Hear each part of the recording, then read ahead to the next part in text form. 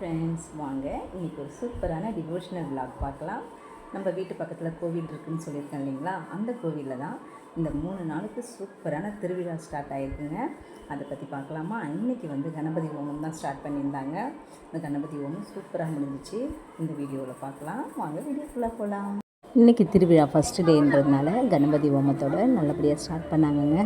அப்புறம் கணபதிக்கு, முருகருக்கு, அம்மனுக்கு அபிஷேகம், அலங்காரம், தீபதூப ஆராதனையெல்லாம் காமிச்சாங்க. கலச தண்ணியை வச்சு கடைசியாக அபிஷேகம் பண்ணுறப்ப, அம்மனுக்கு பண்ணுறப்ப பூசாரிக்கு சாமி வந்துடுச்சுங்க. சாமி வந்ததுமே விழுந்துட்டார். அதுக்கப்புறமா கொஞ்சம் நேரம் கழித்து தான் அப்புறம் தீபதூப ஆராதனையெல்லாம் காமிச்சாங்கங்க. காமிச்சு முடிச்சுட்டு அப்புறம் கொடிமரத்துக்கு மஞ்சள் குங்குமம்லாம் வச்சு நவதானியத்தை போட்டு அதுக்கப்புறமா ஃபஸ்ட்டு கொடிமரத்துக்கு காப்பு கட்டிட்டு அப்புறம் கணபதிக்கு, முருகருக்கு, அம்மனுக்கு எல்லாருக்கும் காப்பு கட்டிட்டு அங்கே இருக்கிற பக்தர்கள், இந்த கரகம் தூக்குறவங்க இவங்களுக்கு எல்லாருக்குமே காப்பு கட்டினாங்க.